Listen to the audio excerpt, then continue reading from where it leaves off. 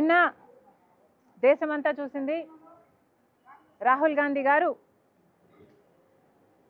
High voltage hydrogen bomb లాంటి నిజాన్ని పేల్చడం జరిగింది. ఇది మోడీ గారి మోసం మీద పేల్చిన బాంబు. ఇది ఈసీఐ చేస్తున్న దగా మీద పేల్చిన బాంబు. రాహుల్ గాంధీ గారు ఒక్కొక్కటిగా తీగలాగుతున్నారు. దాంతో కర్ణాటకలో మహారాష్ట్రలో నిన్న హర్యానాలో జరిగిన ఈసీఐ చేసిన మోసాన్ని దేశం ముందు బయటపెట్టారు.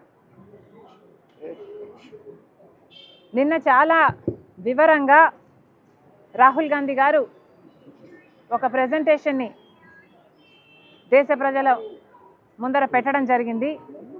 దాంట్లో హర్యానాలో 25 లక్షల ఓట్లని ఈసీఐ బీజేపీకి అనుకూలంగా అవుట్కమ్ మారడానికి ఒక దగా చేసినట్టు రాహుల్ గాంధీ గారు దేశం ముందు ఈ నగ్న సత్యాన్ని పెట్టడం జరిగింది. 25 లక్షల దొంగ ఓట్లు అంటే హర్యానాలో మొత్తం ఉన్నదే 2 కోట్ల ఓట్లయితే దాంట్లో 25 లక్షల ఓట్లు దొంగ ఓట్లే. అంటే 8 మంది ఓటర్లకు ఒక ఓటు దొంగ ఓటు. ఎంత ఆశ్చర్యం! అసలు హర్యానాలో పోల్ అయింది బీజేపీకి కాంగ్రెస్ పార్టీకి ఓట్ షేర్ చూసుకుంటే రెండిటికి పెద్ద తేడా లేదు. బీజేపీ పార్టీకి 55,48,000 చిల్లర ఓట్లు పోలైతే కాంగ్రెస్ పార్టీకి పోల్ అయ్యింది 54,30,000 చిల్లర. అంటే కేవలం 1,18,000 కేవలం 1,18,000 ఓట్ల తేడాతో హర్యానాలో బీజేపీ అధికారంలోకి రావటం జరిగింది. అంటే వీళ్ళు దొంగ ఓట్లుగా 25 లక్షల ఓట్లు చేర్చారు. దాంతో 1,18,000 ఓట్ల తేడాతో బీజేపీ పార్టీ హర్యానాలో గవర్నమెంట్ ఫామ్ చేసింది. ఇది సర్కార్ చోరీ కాకపోతే ఏమిటి అని అడుగుతున్నాం. నిజంగానే 25 లక్షల దొంగ ఓట్లను చేరుస్తే 1,18,000 ఓట్లతో బీజేపీ పార్టీ అధికారాన్ని జిక్కించుకుంది. ఓటు పర్సంటేజ్ చూస్తే బీజేపీకి 39. ఏది ఈ 25 లక్షల దొంగ ఓట్లు చేర్చిన తర్వాత బీజేపీకి వచ్చిన vote share 39.9. Congress party India కూటమికి వచ్చింది, ఒక కాంగ్రెస్ పార్టీకే వచ్చింది 39.1 ఏమో. కూటమి అంతా కలుపుకుంటే 39.3% వచ్చినట్టుంది. అంటే కేవలం 0.7%తో బీజేపీ పార్టీ అక్కడ గెలవడం జరిగింది. కాంగ్రెస్ పార్టీ అధికారం కోల్పోవడం జరిగింది. అంటే ఈ 25 లక్షల దొంగ ఓట్లను చేర్చకపోయినుంటే కాంగ్రెస్ పార్టీ చాలా సులువుగా హర్యానా ఎలక్షన్ను స్వీప్ చేసేది, సర్కార్ను ఫామ్ చేసేది. కేవలం 25 లక్షల దొంగ ఓట్లని చేర్చారు కాబట్టే హర్యానాలో బీజేపీ పార్టీ సర్కార్ని ఫామ్ చేయగలిగింది మోసం చేసి. ఇంత అన్యాయం జరిగింది హర్యానాలో.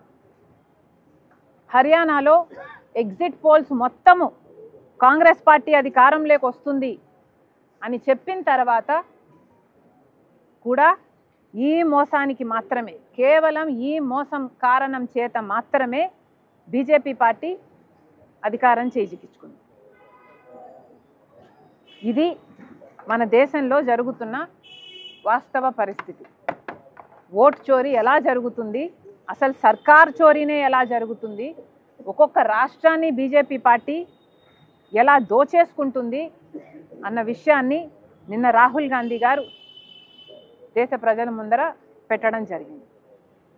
నిజానికి మన దేశంలో చూసుకుంటే ఓటు అనే ఒక్క దగ్గర మాత్రమే పేదవాడికి ధనవంతునికి కూడా సమానంగా ఉన్న ఒకటే చోట సమానత్వం ఎక్కడైనా మన దేశంలో పేదవాడికి ధనవంతునికి ఉంది అంటే అది ఒక్క ఓటు దగ్గర మాత్రమే. కానీ ఇప్పుడు ఆ అవకాశం కూడా లేకుండా చేస్తున్నారు.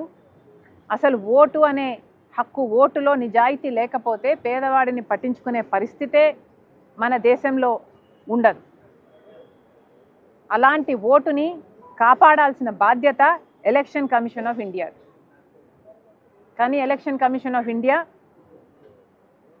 ఇంపార్షియల్గా స్వేచ్ఛగా జరపాల్సిన ఎన్నికలను కాస్త హైజాక్ చేసి బీజేపీ ఎలక్షన్ ఏజెంట్గా ఈరోజు ఎన్నికల కమిషన్ మారిపోయింది. కేవలం బీజేపీ పార్టీ గెలవాలి, గెలవటానికి ఏం చేయాలో, ఎక్కడ ఓట్లని దొంగ ఓట్లను పెంచాలో ఎలక్షన్ కమిషనే స్వయంగా చేస్తుంది. ఎక్కడ కాంగ్రెస్కి అనుకూలంగా, కూటమికి అనుకూలంగా ఉన్న ఓట్లను తొలగించాలో అది కూడా ఎస్ఐఆర్ పేరు మీద ఈసీఐఏ చేస్తుంది.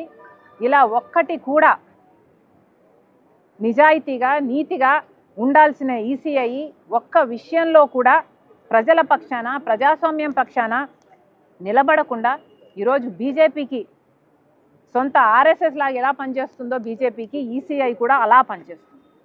ఇప్పటికే మన దేశంలో మొత్తం అన్ని వ్యవస్థలను బీజేపీ తమ గుప్పిట్లో ఉంచుకుంది, తమ చెప్పు చేతుల్లో ఉంచుకుంది.